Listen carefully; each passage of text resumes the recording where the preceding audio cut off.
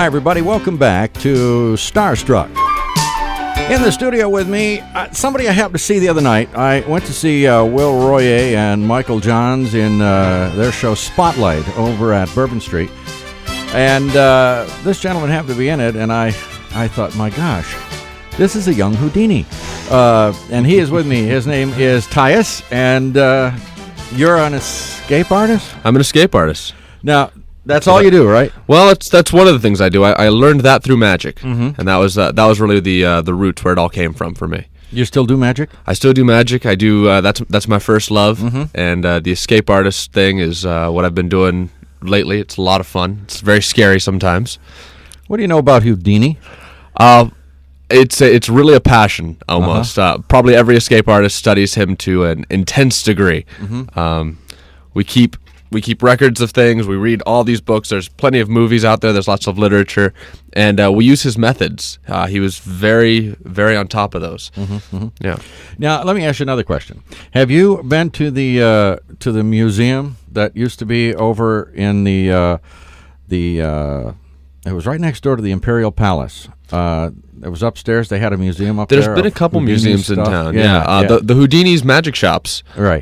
They set up. I think they set up two different ones. They actually had a straitjacket that was Houdini's, and it got stolen. Oh, it did? Yeah, which is a lot of money. But I haven't been into any of them. I have seen quite a bit of Houdini memorabilia, and some of my close friends, Roger Dreyer out of New York, he's a major collector of it. So it's very, very interesting stuff, and it's very educational for at least what I do. You're pretty funny, too. I try. It's kind of required up there, you know. How long does it take you to get out of a straitjacket? The one that I'm getting out of right now, I get out of a real one on stage. It's actually been reinforced, so it's much more difficult than a standard straitjacket. And I get out of that one in 2 minutes. But the other night, I failed. So you did? It's very, very real up there.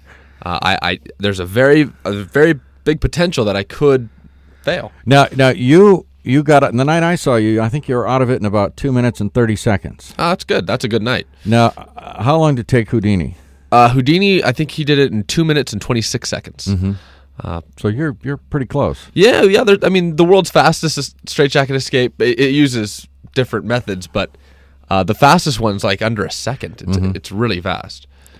What do you think of today's magic and the illusions and all the stuff, the David Copperfield and Rick Thomas and Lance Burton, Siegfried and Roy? What do you think of all those? Sign me up. I love it. I think it's great. I think the big extravagant stuff, as long as it's done really well and really beautiful, proper staging, proper lighting, proper music, if that's done well, it's incredible. It's absolutely beautiful and spectacular. But if it's done bad, it's really bad.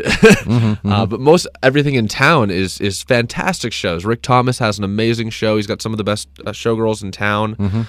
Fantastic stuff. Lance Burton, of course, is just one of the nicest guys in town. Lance is one of my friends. He's a fantastic guy. He came to me one time and he says, "I need to get out of Foley's Bergère. What do I do?" I said, "Start your own show." And he did. Yeah. Well. How long you been here?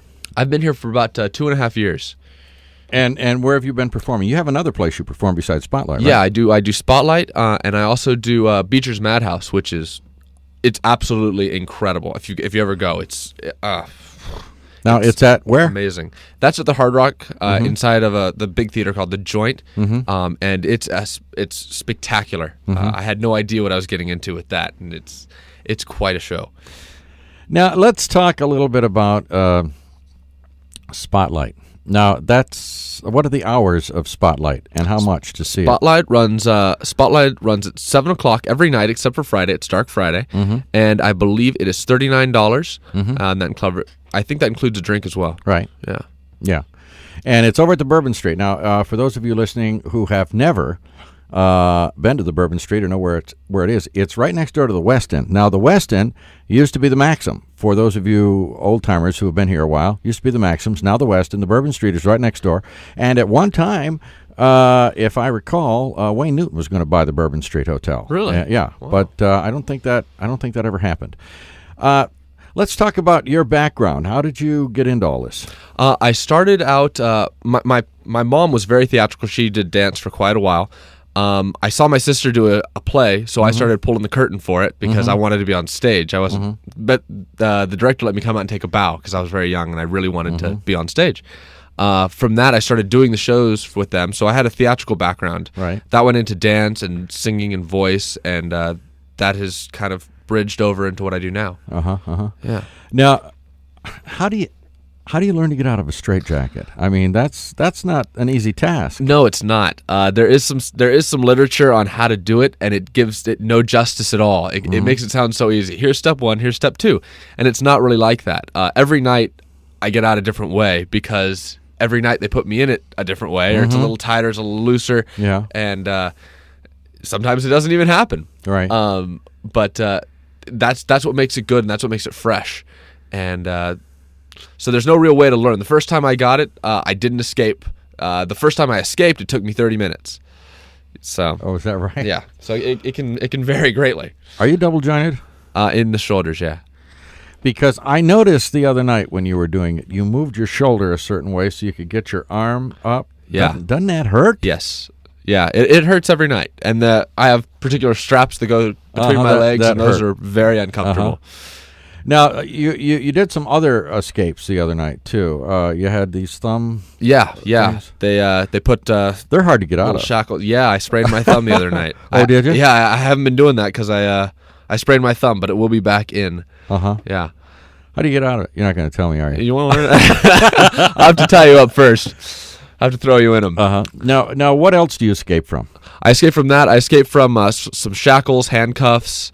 I do 100 feet of rope. I'll let them tie me up in, and I challenge anybody out there to come see the show. Bring anything that they can, any restraint they can think of.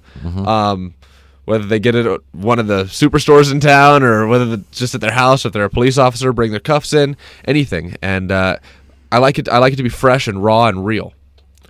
Fresh and raw and real. Now that's what you'll see over at the Bourbon Street in Spotlight. Now, what's in the future for you? I mean, you're gonna stay with Spotlight for a while because you're good in that show. Well, thank you. That's a good little segment of the show. Thank you. I think people like that kind of stuff. I appreciate it. I'm going to be doing Spotlight. I'll be doing Beecher's Madhouse at the Hard Rock, and I intend on. I'm trying to get into some cruise ships. I might be doing the Magic Castle in L.A., which is a great honor. It's kind of a great showcase, and that's really the plans for now. And I'd like to build up to a larger Illusion type show. Who's your idol? Ooh, hard one. Oh, there's so many greats. As far as past, of course, Houdini. But as far as present guys go. Rick Thomas has an absolutely beautiful show, and seen it many times. It's gorgeous. Yeah, it's absolutely fantastic. There's another gentleman that's on a cruise ship.